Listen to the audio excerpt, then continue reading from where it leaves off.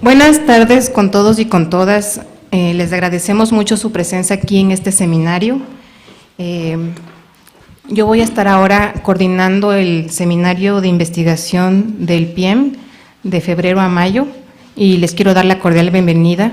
Decirles también que para quienes asistan a las 4 sesiones de este seminario sobre heteronormatividad y desregulación de la sexualidad van a tener un certificado de asistencia. Entonces, les invito a que puedan venir en los próximos meses para poder seguir escuchando las distintas presentaciones que vamos a tener. Quiero como un poco abordar qué significa este seminario, qué es lo que esperamos, cuáles son los objetivos y las cuestiones que queremos ir analizando en estos 4 meses. El seminario, como ustedes saben, se llama Heteronormatividad y Desregulación de la Sexualidad, campos en debate. La reproducción de las desigualdades atravesadas por el sexo han sido las menos problematizadas por los efectos de naturalización que se solidifican sobre ellas. ¿Cómo podemos entonces reflexionar sobre las desigualdades de la sexualidad si sus determinantes biológicos han construido verdades esencialistas? En este seminario permanente de investigación del PIEM, propuesto para febrero-mayo del 2015, queremos invitarlos a analizar y a abrir más preguntas para comprender cómo las desigualdades sexuales y de género se norman, se regulan, se disciplinan, se reproducen y se resisten. Buscamos poner en discusión 4 campos de debate para comprender cómo funcionan los mecanismos de regulación y normatividad sobre la sexualidad y el género.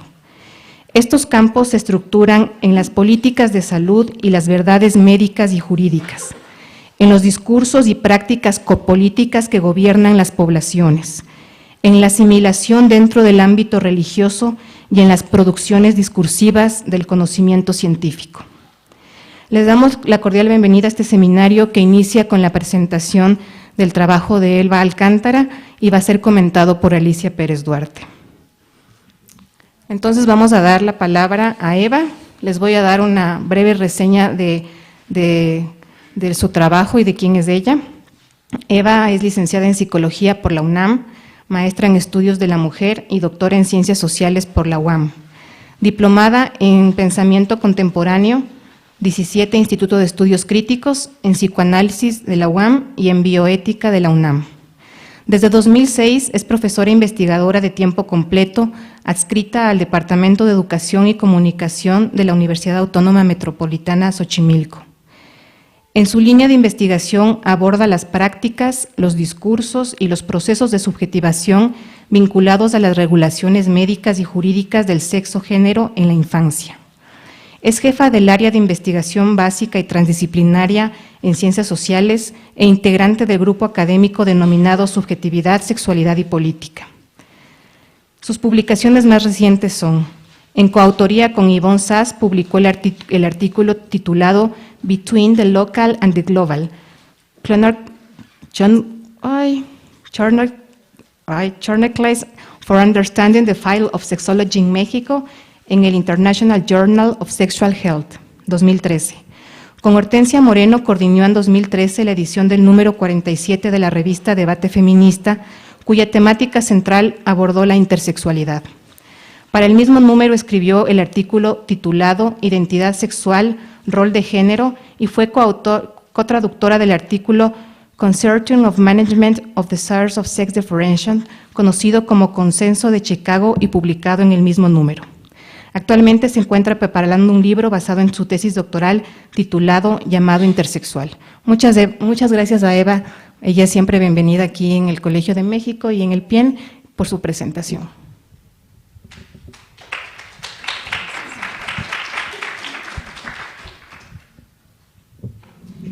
Muchísimas gracias al Programa Interdisciplinario de Estudios de la Mujer del Colegio de México, a Sofía Argüello por su invitación y su calidez, y gracias a todas y a todos los que asistieron a esta presentación.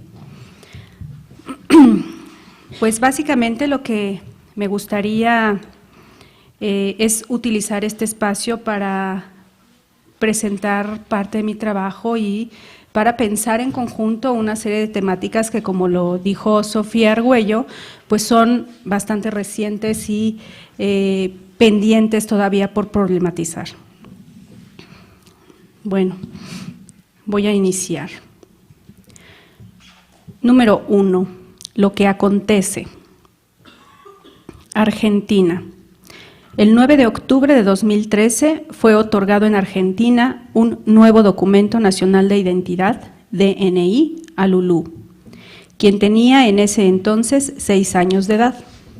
Según el artículo de Mariana Carvajal, publicado en el número 49 de la revista Debate Feminista, a Lulú, acorde con sus formas genitales, le fue asignado al nacimiento el sexo masculino y el nombre de Manuel.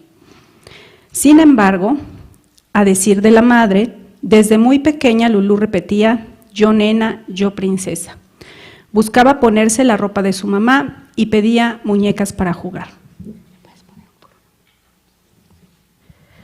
Más adelante eligió un nombre femenino y pidió que la llamaran así, advirtiendo que no contestaría si la llamaban con su anterior nombre.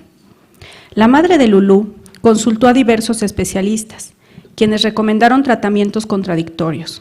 Y según ella misma comenta, resolvió el dilema de cuáles recomendaciones atender, orientándose con los resultados producidos por el tratamiento en la conducta de su hijo-hija. Al igual que en casos similares, la madre recibió críticas y descalificaciones de personas que la conocían y de quienes no la conocían, pero opinaban del caso en diferentes medios de comunicación. Para la madre y quienes apoyaron la petición del cambio de DNI, el reconocimiento jurídico de la existencia de Lulú ayudaría a proteger a la niña al facilitar su acceso a la educación, a la salud y promover un trato no discriminatorio. El nuevo DNI registró la identidad percibida de Lulú de acuerdo al género adoptado mediante un cambio de nombre y sexo. El trámite fue realizado mediante un procedimiento administrativo, según la nueva Ley de Identidad de Género, sancionada en Argentina en 2012. El proceso no fue fácil. Después de encontrar reiterados obstáculos, la madre escribió a la presidenta Cristina Fernández de Kirchner para solicitar su ayuda en el procedimiento de cambio. Desde ese entonces, otros niños con casos similares han sido también apoyados para tramitar cambios en su DNI. Alemania. En noviembre de 2013, el gobierno alemán aprobó una ley para omitir, en algunos casos, el llenado de la casilla Geschlecht, sexo-género, de asignación al nacimiento. La ley alemana consideró aquí los casos de bebés intersexuales que nacen con ambigüedad de genitales, quienes en adelante podrán ser registrados como masculino, femenino o dejando la casilla vacía. Esta reforma implicó que para dejar en blanco o registrar un cambio en la casilla Geschlecht es indispensable un certificado médico que lo avale. La noticia fue ampliamente difundida en medios de comunicación y tuvo una presencia global. En la traducción se cometieron errores y se difundió la falsa versión de que en Alemania se registraría como opcional un tercer sexo al nacimiento, lo cual levantó una gran polémica.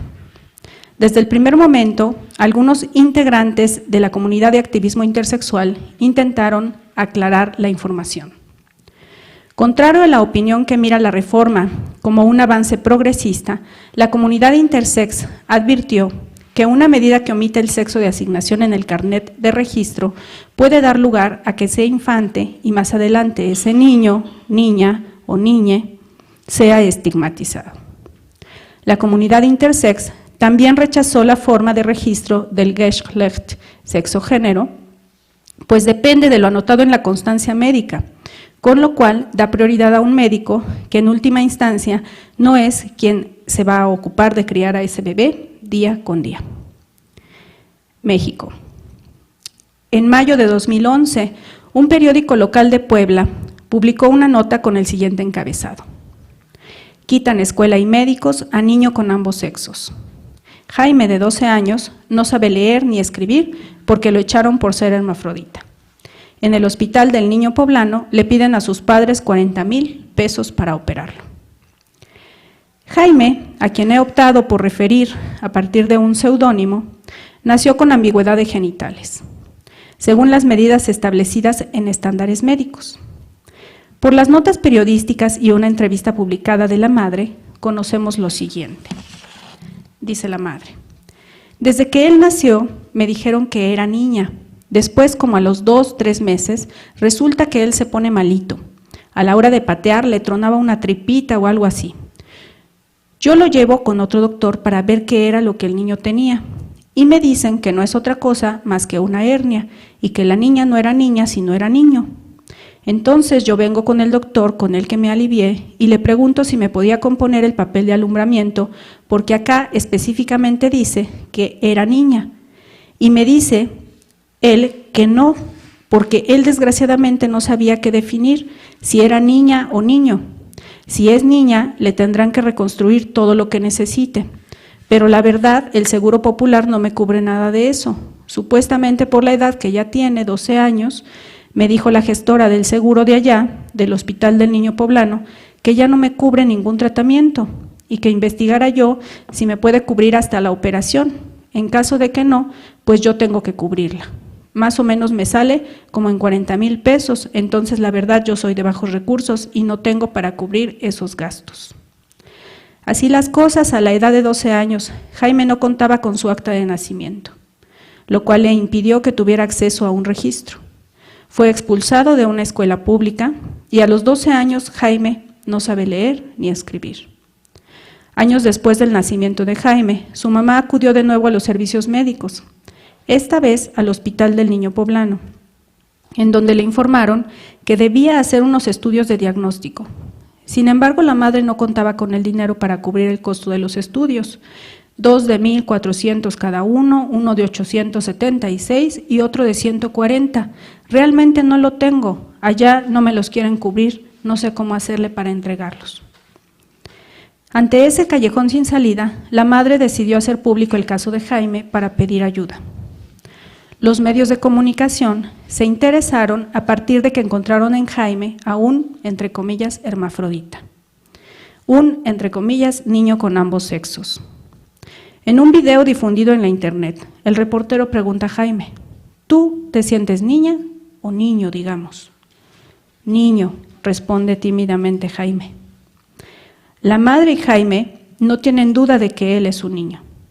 Ante la insistencia de médicos y reporteros, la madre dice: yo le veo todos los síntomas de niño. Juega al fútbol, se va al béis con el papá, no le llama la atención la ropa de las niñas, muñecas. Entramos con varios doctores, le hicieron preguntas también, que si no le gustaban las niñas o que si no le gustaba ponerse ropa de niña. No, nada de eso, le llaman la atención. Le gustan los pantalones modernos, cuando va al baño hace de pie, ha aprendido a abrir las rodillas para evitar mojarse. Angustiada, la madre de Jaime espera que en el hospital a él, cito, no le cambien todo el sistema. Si es niña va a ser un cambio total, como me dijeron allá. Por psicólogo, por todo eso, espero en Dios que no sea así. Que sea ahora sí lo que yo tengo acá presente, que para mí es mi hijo. Y como le he dicho a él, sea lo que sea, es mi hijo. Sea lo que sea, lo voy a apoyar en todo. Él se preocupa por el dinero, porque se da cuenta de que luego no tengo. Hoy, como le dije, no te preocupes, yo no sé cómo le haga, voy a sacar esto adelante, te vamos a ayudar, vamos a buscar recursos. 2. Los discursos y las prácticas. Estos son apenas 3 ejemplos que muestran una transformación en proceso. Me refiero a un cambio de paradigma en las formas en que interpretamos e intervenimos las experiencias infantiles vinculadas al sexo-género. Philippe Ariès escribió acerca de la infancia. Cito: la actitud de los adultos frente al niño ha cambiado mucho en el curso de la historia y ciertamente sigue cambiando hoy día ante nuestros ojos. Sin embargo, estos cambios han sido tan lentos e imperceptibles que nuestros contemporáneos no se han dado cuenta de ellos. En la actualidad, ya que todo se mueve apresuradamente, se notan mejor. En otros tiempos, estas mutaciones no se distinguían de los datos constantes de la naturaleza. Las etapas de la vida humana se identificaban de hecho con las estaciones. No es que el hombre estuviese completamente inerme a su enfrentamiento con la naturaleza, pero no estaba en condiciones de influir en ella, excepto con intervenciones mínimas, modestas y anónimas, que resultaban eficaces solo porque se repetían durante mucho tiempo. El observador solo podía descubrirlas en el momento en que se acumulaban tanto que su densidad las hacía evidentes. Esa densidad que descubre a la mirada las transformaciones en curso es precisamente lo que a mi parecer encontramos en los 3 ejemplos que he apuntado. En este segundo momento de mi presentación, me interesa discernir y profundizar en algunos elementos que participan en dicha transformación. Son elementos heterogéneos y las fronteras entre unos y otros aparecen diluidas, pero son identificables dado que su presencia es constante y reiterada. Por ejemplo, resulta evidente en los ejemplos que acabamos de escuchar una serie de fuerzas que a modo de red sostienen, estabilizan y conforman modos de interpretación y formas de intervención. Esas fuerzas, y utilizo aquí la herramienta analítica del dispositivo, elaborada por Michel Foucault y desplegada también por Gilles Deleuze y Giorgio Agamben, estas fuerzas entrecruzan relaciones de poder y saber. Es decir, una fuerza que aparece de manera reiterada es lo que podemos denominar la expertise médica. Me refiero al discurso experto que sostiene formas directas de intervención. ¿Quién, sino un experto, responde a la pregunta de qué le sucede a Lulú? ¿Es niña o niño? ¿Cuáles bebés tienen genitales ambiguos? ¿O mediante qué procedimientos e intervenciones Jaime podrá ser finalmente declarado niño? Quizá en la actualidad resulte común consultar a un médico, un psicólogo o un sexólogo para decidir qué decisiones son las más adecuadas para un infante. Pero debemos reconocer que esto no fue siempre así. Hace poco más de un siglo, en 1905, Sigmund Freud publicó 3 ensayos de una teoría sexual, una obra clásica del pensamiento psicoanalítico que abrió nuevos caminos para entender la estructuración psíquica y replanteó el lugar y el sentido de lo sexual en el ser humano. Con el paso de los años, este texto ha sido retomado en sus aspectos más normativos. No son pocas las ocasiones en que se le cita para enfatizar la importancia de la sexualidad infantil y encasillarla en una sexualidad leída bajo esquemas uniformes de desarrollo según fases o etapas preconcebidas. A mi entender, esa interpretación es muy limitada. Trataré parte de esto en la última parte de mi presentación. Hacia 1950, se conforman en Estados Unidos los primeros grupos de especialistas interesados en el establecimiento de la identidad sexual. 2 situaciones aparecieron como centrales para investigar el tema desde el paradigma del desarrollo: estados intersexuales y transexualidad. El primer grupo se ubicaba en el Hospital Johns Hopkins de Baltimore. Fueron herederos del interés del doctor Hugh Jung, quien en ese mismo lugar, en 1930, vio y trató muchos pacientes con condiciones asociadas a intersexualidad. Junto con Albarrán, médico del Hospital Cochon de París, Hugh Jung es considerado padre de la urología. En 1937 publicó Genital Abnormalities, Hermaphroditism and Related Adrenal Disease, un compendio que, además de incluir la recopilación de estudios de caso, presentaba las terapias más modernas para intervenir la ambigüedad corporal. Estas nuevas técnicas eran quirúrgicas y hormonales. Refiere Anne Fausto Sterling que Jung, cito, no juzgaba a las personas que describía, algunas de las cuales vivían como hermafroditas practicantes, esto es, tenían experiencias sexuales como hombres y como mujeres a la vez. Tampoco obligó a nadie a someterse a un tratamiento. Me parece que una diferencia importante marca las intervenciones realizadas en 1930. Los casos registrados por Jung indican que sus intervenciones básicamente eran en pacientes jóvenes y adultos. En contraste, en 1953 se estableció en el Hospital Johns Hopkins la primera unidad de endocrinología pediátrica, la cual despertó gran interés entre la comunidad médica. Muy pronto, este centro se convirtió en el lugar principal al que eran referidos niños con malformaciones congénitas de los órganos sexuales y padecimientos asociados. Por esta característica y otras más, la clínica representó un cambio de paradigma no solo en la atención de pacientes intersexuales, sino en la forma en que se estudió y se intervino a bebés, niños y niñas con el objetivo de regular lo que se entendió que era su sexo y su género. El cambio de paradigma incluyó el desarrollo de una teoría y red conceptual que pretendía explicar el desarrollo de la identidad. Así, el psicólogo John Money propuso una interpretación que ha sido ampliamente utilizada y difundida. Referiré como ejemplo dos definiciones. Dice John Money: identidad de género, :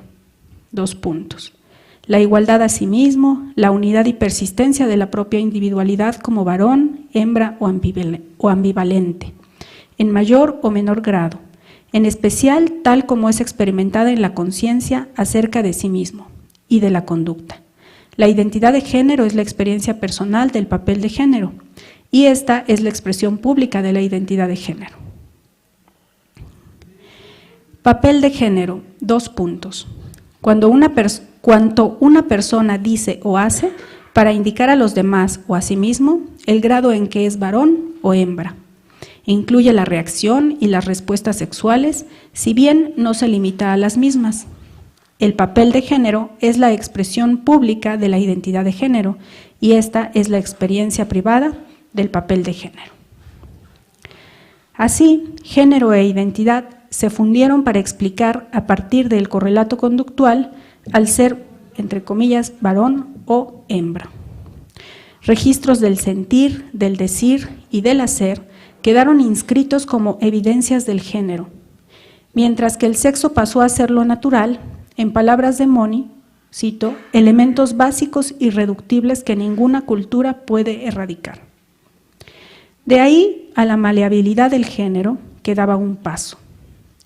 John Money lo dio cuando documentó la influencia de la socialización en el desarrollo del género, a partir de su intervención con dos gemelos idénticos nacidos en Canadá en 1965.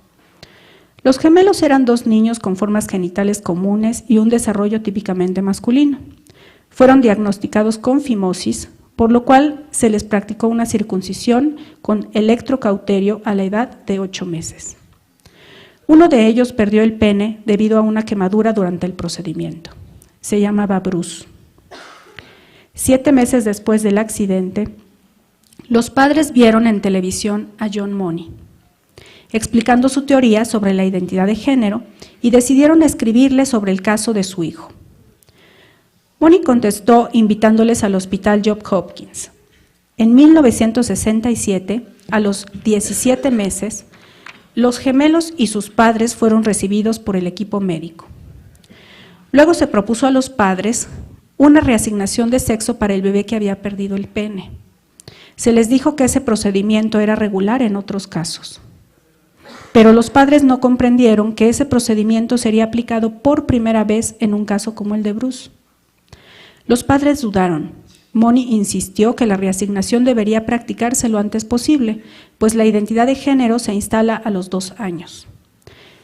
Sentencia que a la fecha continúa apareciendo en la bibliografía especializada. Por falta de espacio, debo resumir lo ocurrido. Bruce fue intervenido a la edad de 22 meses. Según el registro de la sala de operación, el doctor Howard Jones eliminó los testículos haciendo una hendidura al escroto del bebé a lo largo de la línea media. Después cerró el tejido escrotal para dar un parecido a los labios.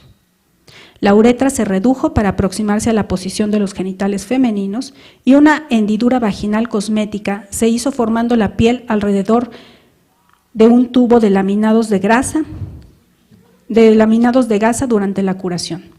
Fue también durante esta visita que se llevó a cabo una prueba genética para confirmar que los gemelos eran idénticos. El bebé reasignado pasó a llamarse Brenda. Esta cirugía es una cirugía usual en la actualidad en caso de ambigüedad de genitales en bebés con estados intersexuales, diagnosticados con estados intersexuales. Durante años el equipo médico indicó consultas de seguimiento y recibió cartas de los padres informando los avances. Se vigiló la adaptación y los resultados se reportaban como favorables en los informes publicados en journals médicos. La reasignación se presentó como exitosa.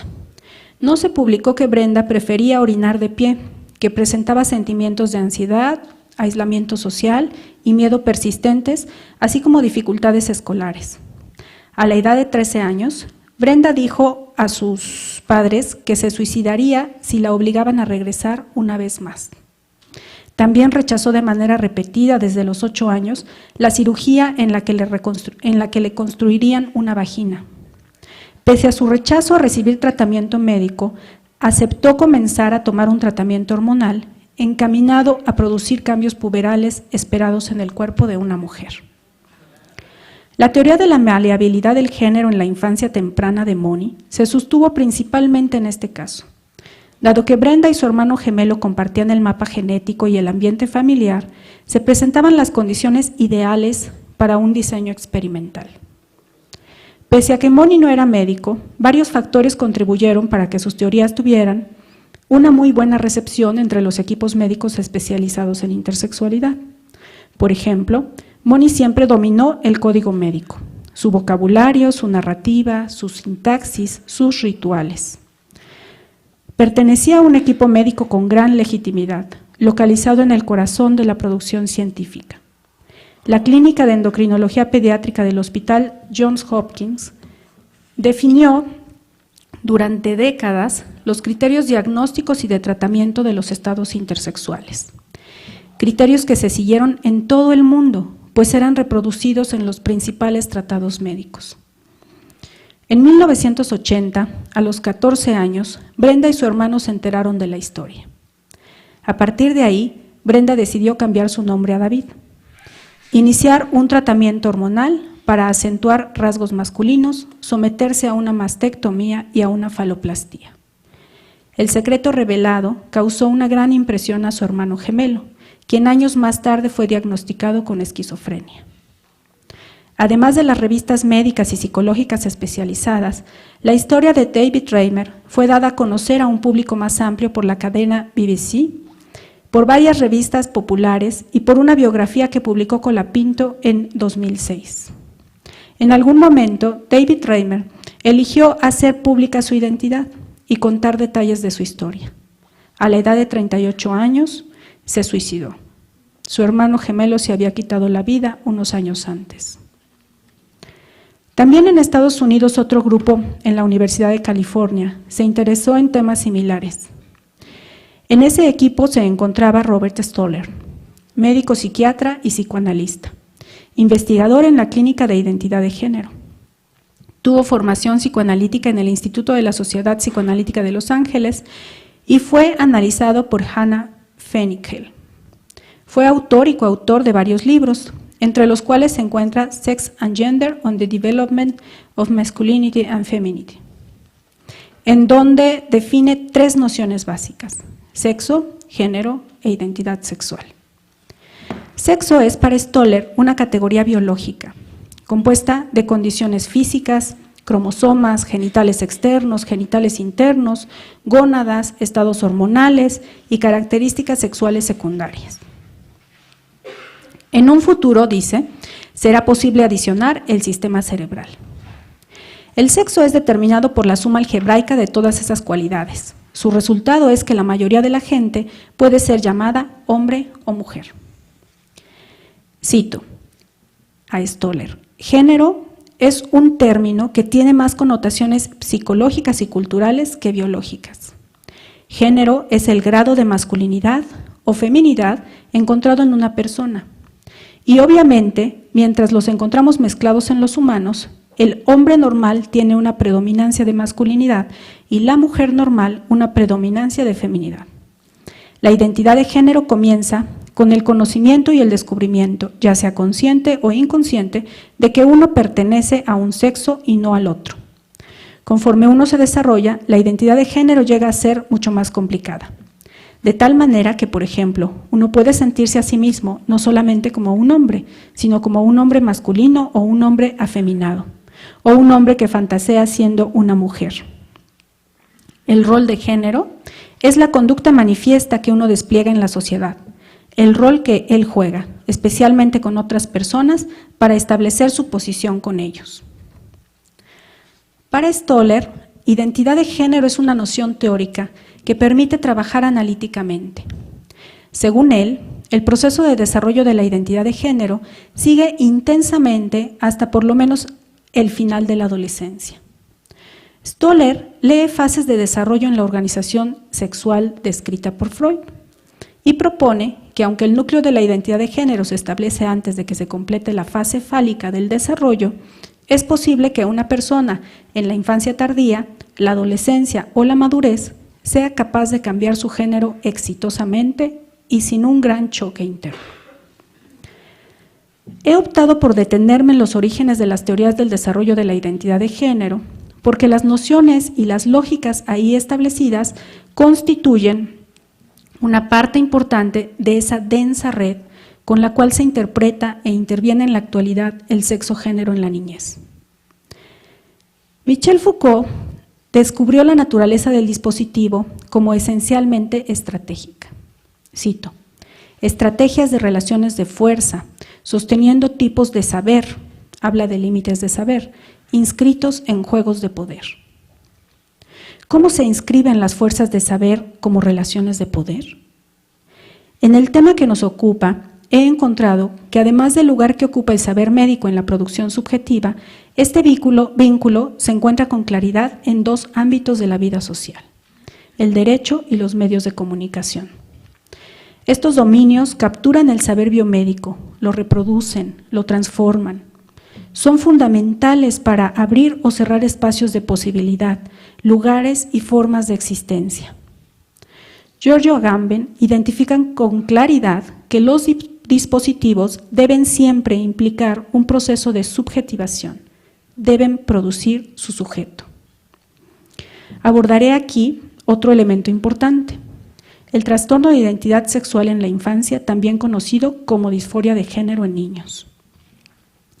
El primer diagnóstico de este tipo apareció en 1980 en el Manual Diagnóstico y Estadístico de los Trastornos Mentales, tercera edición, editado por la Asociación Psiquiátrica Americana.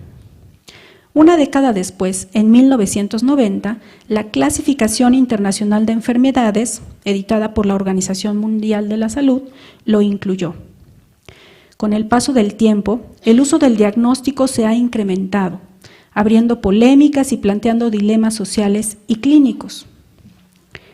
A diferencia de lo que sucede con los estados intersexuales, el diagnóstico se planteó para aquellos casos en donde niños y niñas cumplen con claridad las características orgánicas, es decir, anatómicas, fisiológicas, metabólicas y cromosómicas, de un sexo, hombre o mujer, pero no despliegan una identidad de género, entre comillas, correspondiente, ni cubren las expectativas, entre comillas, esperadas del rol de género.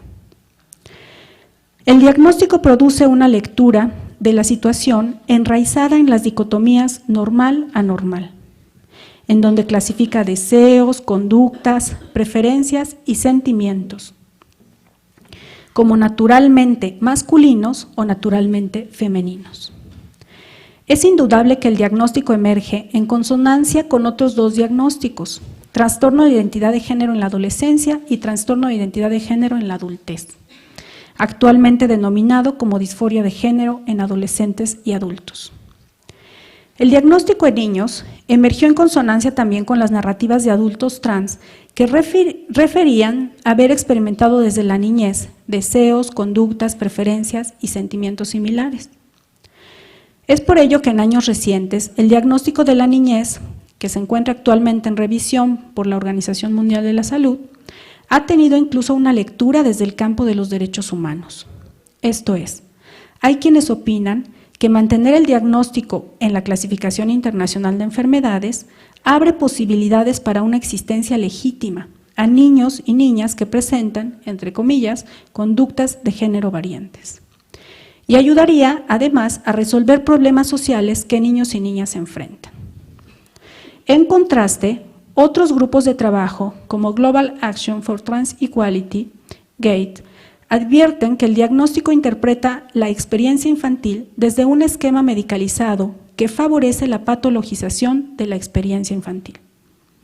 Para este grupo de expertos, la variación de género en la infancia no requiere de intervenciones médicas como la terapia hormonal o los procedimientos quirúrgicos. Cito, más bien los niños necesitan información y apoyo en la exploración de su identidad y expresión de género, y hacer frente a entornos socioculturales que son con frecuencia hostiles a la variación de género. Además, advierten que en la actualidad la investigación indica que es imposible distinguir con certeza que un niño género variante que crecerá hasta convertirse en... Además, advierten que en la actualidad la investigación indica que es imposible distinguir con certeza entre un niño género variante que crecerá hasta convertirse en un adulto transexual o trans y un niño género variante que no lo será. Por todo ello, los expertos de GATE recomiendan suprimir la categoría en la próxima edición de la Clasificación Internacional de Enfermedades. Y aquí recuerdo de nuevo que el dispositivo, según Agamben, es una máquina que produce sujeto. En México, un grupo de trabajo entre quienes se encuentran Alba Pons, aquí presente, Miriam Ramírez y yo, nos hemos dado a la tarea de indagar lo que ocurre en torno al diagnóstico en cuestión. Los datos son aún preliminares y lo que estoy presentando es apenas un inicio. Otra pieza de esta maquinaria se encuentra precisamente en el ámbito del derecho. Hasta el momento distingo aquí 3 hilos conductores: el del activismo, es decir, los movimientos de diversidad sexual, el normativo, que implica las leyes y procedimientos jurídico-legales, y el de los organismos de derechos humanos, locales, nacionales o supranacionales, que brindan un espacio a partir del cual parecen enlazarse los 2 primeros. Es en el ámbito del derecho que los diagnósticos funcionan como productores de sentido que enmarcan experiencias muy diversas e intentan unificarlas y reglamentarlas. Es mucho lo que no está en posibilidad de ser capturado o comprendido desde un marco jurídico legal y que, casi podemos decir por fortuna, quedará siempre por fuera del límite de la regulación. Esta observación se la agradezco a Rodrigo Parrini. Lo que queda claro es que en la actualidad existe un interés por adelantar la definición de la identidad en los niños y hacer emerger lo que podemos denominar la ficción de una coherencia. Puedo compartirles que en los últimos años he sido consultada en 4 ocasiones distintas para opinar sobre iniciativas de reforma para modificar los procedimientos de registro en las actas de nacimiento. Esto me induce a un sinfín de preguntas. ¿Quiénes y por qué se interesan en estas modificaciones? ¿Cuáles son sus propuestas y cuáles sus objetivos? ¿Qué implican dichas transformaciones en la vida cotidiana? ¿Qué resuelven y qué obstaculizan? ¿Quiénes y sobre qué base deciden qué hacer en el caso de personas menores de edad? Con mucha brevedad no puedo dejar de mencionar que los medios masivos de comunicación son parte fundamental del dispositivo de regulación del sexo-género en la infancia. Estos generan líneas de visibilidad y enunciación. Nombran, modelan, legitiman. Es un espacio que articula saber con poder, un espacio privilegiado para la producción de subjetividad. Eduardo Bustelo identifica los medios de comunicación como un elemento central que en la actualidad incide en la vida infantil, a partir de relaciones de dominio, y recuerda que una relación de dominación, para ser efectiva, debe permanecer oculta. Bustelo retoma la noción de biopolítica para pensar cómo el poder en el cuerpo mismo de las personas, cómo el poder penetra en el cuerpo mismo de las personas, en su subjetividad y en sus formas de vida. Escribe que los medios de comunicación intervienen sutil pero contundentemente para definir códigos adecuados de integración y exclusión. Dichos códigos atraviesan la visión de los adultos sobre los niños, así como la propia visión de niños y niñas sobre sí, y en su relación con los adultos y el mundo.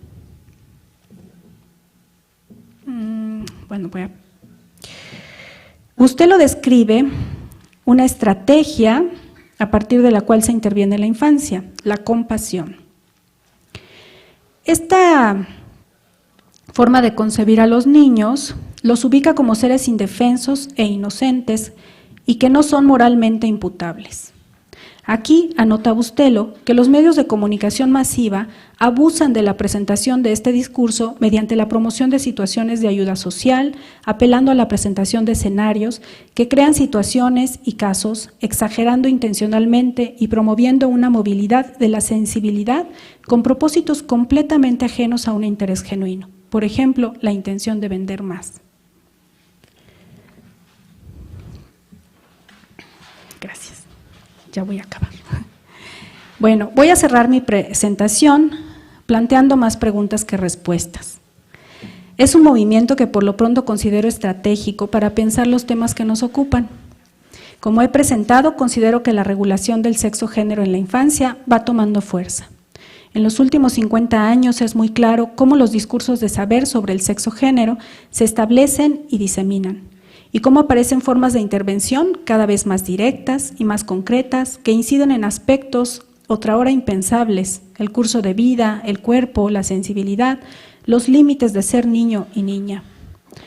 Es posible plantear varias cuestiones retomando aspectos compartidos que tienen los tres casos que presenté en un inicio. Primero, encuentro la necesidad de pensar qué estamos haciendo. ¿Qué está ocurriendo para que en este momento histórico, en diferentes lugares, se articulen elementos y fuerzas que inciden e intervienen sobre infantes, niños, niñas, cada vez con mayor eficacia? Marta Lamas analiza la hegemonía de la categoría género y describe cómo el gender se constituyó en la explicación privilegiada, cito, sobre la desigualdad entre los sexos, borrando cualquier referencia a la diferencia sexual. Dicha americanización ha dificultado la exploración del dato de la sexuación del cuerpo para analizar los procesos que ocurren entre las mujeres y los hombres, pues todo lo que pasa entre ellos se adjudica al género. Los procesos de americanización fueron abordados por Bolívar Echeverría para señalar la expansión a largo plazo, la imposición de la perspectiva americana en el desarrollo de la ciencia y la conducta. Estos dos señalamientos de Marta Lamas me parecen centrales para comprender desde una nueva óptica las formas de regulación del sexo-género. El campo que nos ocupa no puede ser entendido sin articular estos procesos ubicados como una dimensión macro, como la americanización, y ponerlos en consonancia con otros procesos micro, como la estructuración psíquica de la diferencia sexual. En otro texto, escrito en 1995, de Marta Lamas, Usos, dificultades y posibilidades de la categoría género, advierte que con frecuencia la construcción cultural de la identidad de género se confunde con la estructuración psíquica de la identidad sexual. Escribe: con la sustitución del concepto diferencia sexual por género, se evitan conceptos como deseo e inconsciente, y se simplifica el problema de la relación de lo social con lo psíquico. Esta incapacidad, resistencia, pregunta, para comprender el ámbito psíquico, lleva a mucha gente a pensar que lo que está en juego primordialmente son factores sociales. Termino. ¿Cómo responder a Lulú desde el campo de la ética? ¿Quién decide sobre la identidad de un ser humano de 12 años? ¿En dónde está la hermafrodita que refiere la nota periodística? ¿En el cuerpo de Jaime o en la mirada de quien enuncia el significante? ¿Cómo ayudar a Lulú a tener una vida confortable y amorosa? ¿Cómo escucharla? ¿Cómo respetar su decir no solo hoy, sino en un futuro? ¿Cómo abrir ese espacio de incertidumbre no solo para ella, sino para cualquier niño y niña, sino para que cualquier niño y niña tenga el derecho a crecer en libertad? Termino aquí. Gracias.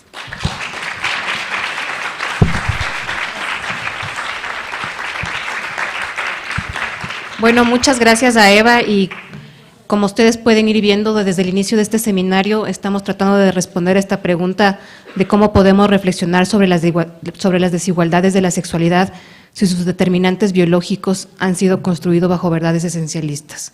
Y obviamente el espacio de desigualdad social más naturalizado es el sexo. Es tener pene o tener vagina o ambos. Ahora vamos a seguir con los comentarios de Alicia Elena Pérez Duarte y Noroña. Ella es licenciada y maestra y doctora en Derecho por la Universidad Nacional Autónoma de México, autora de varios libros y artículos de temas relacionados con derechos humanos y estudios jurídicos de género. Ha dictado más de 3 centenares de conferencias, participado en investigaciones colectivas, en múltiples seminarios y mesas redondas e impartido varios cursos monográficos tanto en el ámbito nacional como internacional. En el Distrito Federal ocupó los cargos de directora del Ministerio Público Familiar y Civil en la Procuraduría General de Justicia y ha sido magistrada en el Tribunal Superior de Justicia. Fue consejera de la Misión Permanente de México ante organismos internacionales con sede en Ginebra, delegada para América Latina de la Organización Mundial contra la Tortura, secretaria técnica de la Comisión Especial del Senado de la República para dar seguimiento al avance de las investigaciones en torno al caso de los homicidios de mujeres en Ciudad Juárez, Chihuahua. Ha sido también primera fiscal especial para la atención de delitos relacionados con actos de violencia contra las mujeres en el país, en la Procuraduría General de la República. Ha sido asesora en políticas públicas para la igualdad entre mujeres y hombres en el acceso a la vida libre de violencia para las mujeres, tanto en organismos nacionales como internacionales y multinacionales, como es el caso del Programa de Naciones Unidas para el Desarrollo, el Fondo de Población de Naciones Unidas, el Congreso Nacional y el Organismo Judicial de la Fiscalía General de la Nación, ambos de Guatemala, la Organización Panamericana de la Salud, los mecanismos para el adelanto de las mujeres en México, Ecuador, Guatemala, la Cooperación Española para América Latina, entre otros. Actualmente es investigadora de tiempo completo en el Instituto de Investigaciones Jurídicas, ambos de la Universidad Nacional Autónoma de México, coordinadora del Núcleo Multidisciplinario por el Derecho de las Mujeres a la Vida Libre de Violencia, Cecilia Lorías Aviñón, y pertenece al Sistema Nacional de Investigadores. Como ustedes también pudieron ver en la presentación de Eva, y agradecemos mucho todo el expertise que tiene Alicia, uno de estos campos también de regulación de la sexualidad y del género es el ámbito jurídico. Y a lo largo de todas estas charlas que vamos a tener acá, vamos a ver cómo funciona. Muchas gracias, Alicia, por tu participación.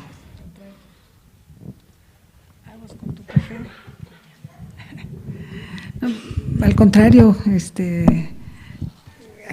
quien está agradecida por regresar a los espacios del PIEM soy yo, la verdad. Muchas gracias, Sofía, por invitarme. Y muchas gracias, Eva, por tu trabajo. Lo primero que les puedo decir es que efectivamente creo que este es un tema que puede englobarse en un paraguas que yo le llamaría control.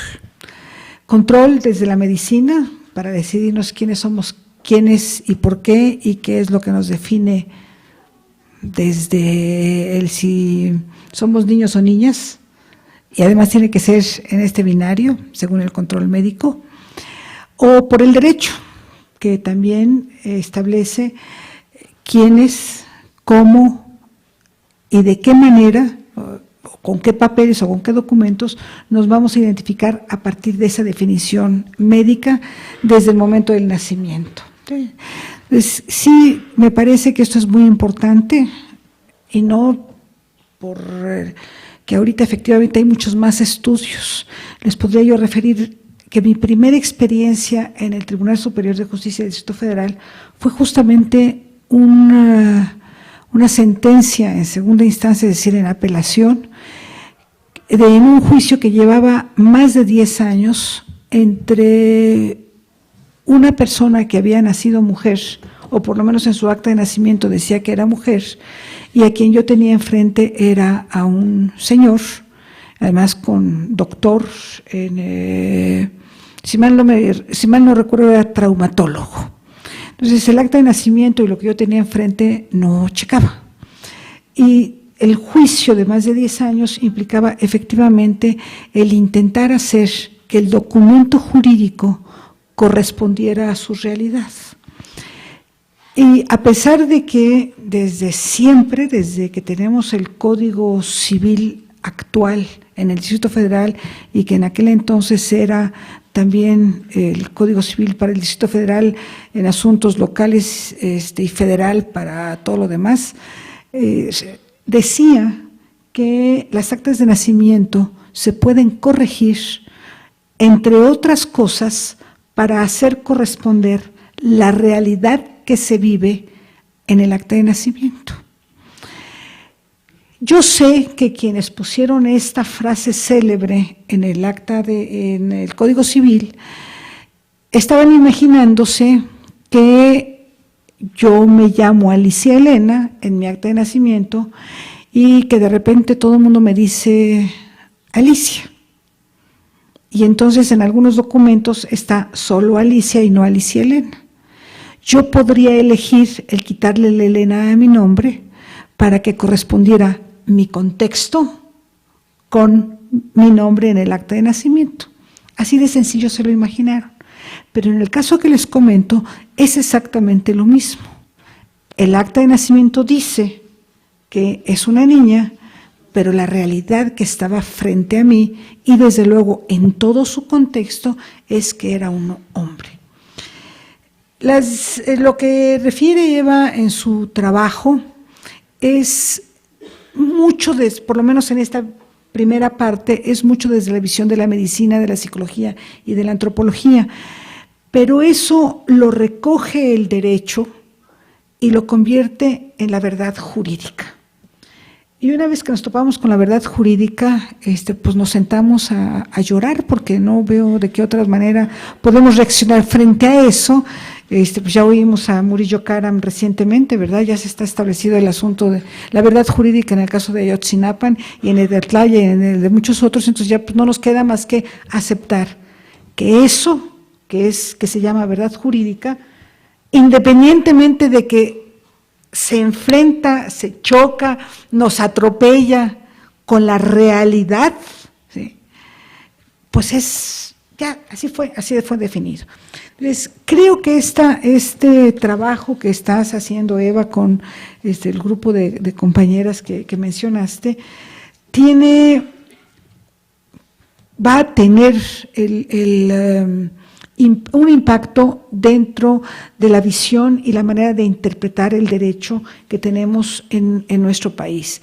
Ojalá nos oyeran jueces, magistrados, ministras y demás, para que entendieran eso que estás bien, que yo siento, por lo menos desde el derecho, desde un derecho inclusive crítico, humanista, que refiere tu artículo. Yo veo aquí una imposición desde fuera sobre lo que las personas son, incluso a través de procedimientos terriblemente agresivos, que incluso provocan los suicidios de personas que son sometidas a estos procedimientos. Y siempre todo dentro del concepto y el paraguas de control. Es impactante, es preocupante, y sobre todo vemos, creo, que cómo la parte de exclusión de la sociedad, cómo en la sociedad somos muy fácilmente proclives a excluir, porque si no entras en el parámetro de normalidad, te tengo que recortar para que entres, y si no, mejor no te cuento, ¿sí? Efectivamente, en el ejemplo que dices sobre Alemania, en tu pequeño estudio de derecho comparado, pues, Argentina, Alemania, México, se corrió la voz de que le iban a quitar la categoría sexo en las actas de nacimiento para no definirlo desde el nacimiento.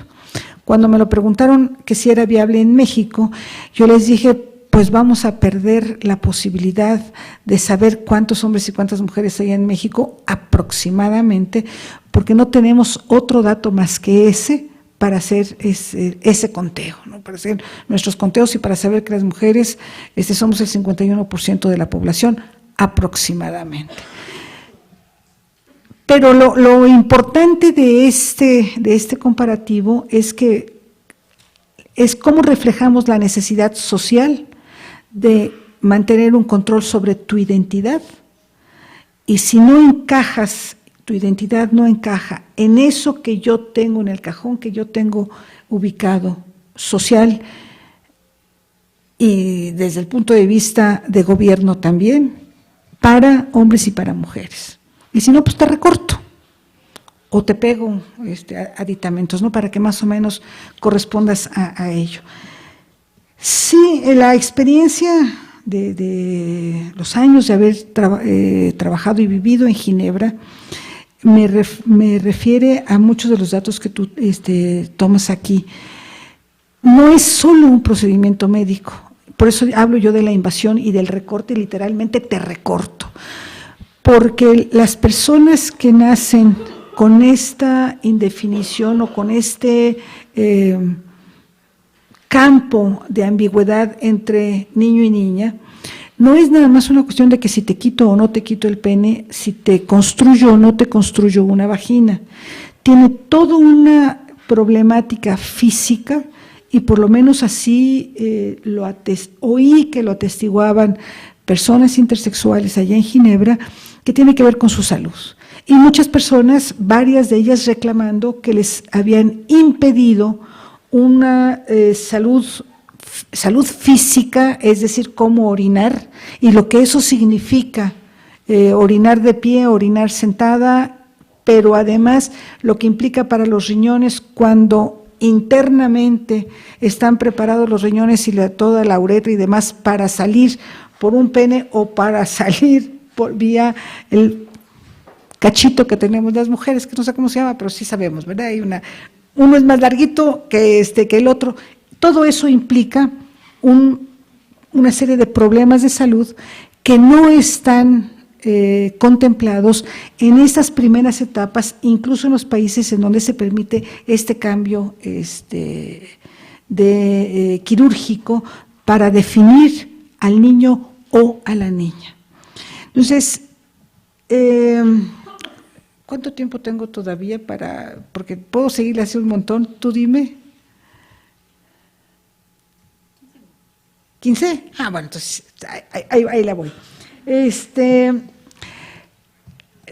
Decía yo, el definir desde esa temprana edad es un concepto de control, es un concepto de exclusión de quienes no encajan en estos cajones que tiene el Estado para definirnos a la población y lo que significan las políticas públicas respecto de esta población, y por lo tanto generan una serie de verdades que no necesariamente corresponden con la realidad. Hasta aquí vamos. Lo que sigue. El artículo también refiere un concepto de discriminación profundo, que les invito a que lo revisen desde el punto de vista jurídico. ¿Por qué? En nuestro país, efectivamente, las personas que no se pueden definir como niño o niña de manera clara, simplemente no se registran. En México no sabemos cuántas personas intersexuales hay porque no están registradas. Y el problema no es que no sepamos cuántas personas intersexuales hay en este momento en nuestro país, sino que esas personas, efectivamente como Jaime, no tienen derecho a la educación, no tienen derecho a absolutamente nada porque no existen. Jurídicamente no existen. Otra vez la verdad jurídica, la verdad legal. A pesar de que las tenemos enfrente, a pesar de que oímos los testimonios o leemos los testimonios de la mamá de Jaime, la verdad legal dice que Jaime no existe. Y como él, quién sabe cuántas personas. Hay quienes dicen que son entre 5,000 y 20,000 personas intersexuales en México, dependiendo de, la verdad es que no sé en dónde ubican esas cifras y por qué las ubican, pero hablan de este parámetro. Me imagino, quiero imaginarme que es algo así como un porcentaje de población a partir de las experiencias médicas de los nacimientos y de la identificación de esta problemática. Pero esto de no tener acta de nacimiento es una violación a los derechos humanos de entrada, con un montón de consecuencias para esa persona, pero la primera de ellas es la falta de reconocimiento de su existencia. Ustedes imagínense lo que eso implica, sobre todo cuando una persona no puede caber en el cajoncito para que le pongan niño o niña. Entonces eso sería muy interesante que lo ubicaran, que lo vieran, que le analizaran un poco, porque efectivamente hay muchas personas en México, muchos niños y niñas que no tienen esa acta de nacimiento. Pero cuando llegan al sexto de primaria, que es a fuerzas que tienen que presentar un acta de nacimiento, hay una gran mayoría que sí puede ir al registro civil y registrarse, y le dan su certificado de sexto de primaria. No por nada Jaime, a los 12 años de edad es cuando empieza a ver toda la problemática según lo que refiere el artículo, porque a los 12 años es cuando termina sexto de primaria y no lo pueden registrar. No solo no tenía el acta de nacimiento por pobreza, por lejanía, por ignorancia de la familia, por los contextos que ustedes quieran y manden, que hay muchos en el país, sino que a él, a Jaime, no se le puede registrar en los parámetros de nuestro país porque no encaja en ninguna de las dos casillas. Es decir, estamos hablando de discriminación, estamos hablando de violación de los derechos humanos. Y hay que recordar, y eso sí te lo subrayo, porque tú hablas de 3 elementos, ¿no? El activismo, el derecho y luego los derechos humanos. Nada más hay que recordar que en México derecho y derechos humanos supuestamente ya son la misma cosa. Por eso dije supuestamente, no te rías, ¿sí? A partir de la reforma del 2011, en la Constitución, en el artículo 1 constitucional de nuestro país, todo lo que sucede en nuestro país y todas las autoridades están obligadas a revisar si hay o no una violación a los derechos humanos. Es decir, todo lo que es jurídico tiene que pasar por esa revisión. Anteriormente, antes al 2011, se habían unas enormes discusiones de si los convenios internacionales en materia de derechos humanos eran ley o no en el país. Bueno, desde el 2011 esto ya es verdad jurídica. Por lo menos aprovechemos el que ahora sí nos conviene utilizarla. Entonces, esta discriminación, estas discriminaciones efectivamente hoy las podemos ver y las tenemos más ubicadas en centros urbanos. ¿Por qué en centros urbanos? Pues porque esto que hablas de las redes, en el sentido claro de Michel Foucault, no necesariamente son las redes sociales, pero las redes que se establecen en los centros urbanos es más fácil hacer una denuncia y llamar a la sociedad para que ayude a la restitución del derecho o la reparación del daño en su caso. Las experiencias de los derechos humanos de las mujeres son muy contundentes en este sentido. Hasta lo hemos logrado poner una palabra nueva en el diccionario de la Real Academia de la Lengua, como es el feminicidio. ¿Cómo se logra esto? Pues empezando por la fuerza de las redes, ahora sí, de las redes sociales, de los foros, del trabajo comunitario, del trabajo activista. Eso, insisto, eso es más fácil en los centros urbanos, pero sería interesante en el trabajo de tu proyecto de investigación, de su proyecto de investigación, también ir a poblaciones indígenas, a poblaciones rurales o a pequeños pueblos suburbanos, porque ahí podemos encontrar esta doble vía de exclusión a través del registro civil. Y es más, en las ciudades casi no hay niños que no tengan su acta de nacimiento. En los hospitales mismos les dan su certificado de que nació, su constancia de que nació, y se les obliga a que vayan al registro civil y sale el acta de nacimiento. Pero en el campo, en las comunidades rurales y en las comunidades indígenas, esto no es así. Insisto, los niños y las niñas se registran normalmente hasta que tienen 12 años. ¿Qué implica esto médicamente y psicológicamente para un niño o niña que ya se identificó como niña cuando le van a entregar un acta de nacimiento que dice que es niño, ¿sí? Porque las dos cosas van juntas a nivel de derechos humanos, ¿no? Sí creo que, no creo, estoy convencida e invito a la reflexión que esta parte del respeto a la identidad y a nuestra propia personalidad tiene que ser la premisa de todos los controles que haya alrededor de una persona. ¿Por qué estoy convencida de ello y hago la invitación a la reflexión? Porque la base de los derechos humanos, de todos los derechos humanos, es la dignidad humana. ¿Y qué es la dignidad humana? Filósofas y filósofos, ayúdenme. Sí o no, esa base la dignidad humana es nada más y nada menos que el merecimiento de respeto. Si hay una imposición, si hay mecanismos de control médicos, psicológicos, antropológicos o jurídicos sobre el ser de una persona, desde ahí estamos hablando de una falta de respeto, es decir, de una falta o de una violación a la dignidad de esa persona. Y la pregunta sería, ¿y cómo hacerle para respetar y hacer valer esa dignidad desde el nacimiento de las personas? Ahí te lo dejo de tarea, ¿sí? Y les agradezco otra vez su atención y muchas gracias al PIEN por invitarme. Muchas gracias, Sofía.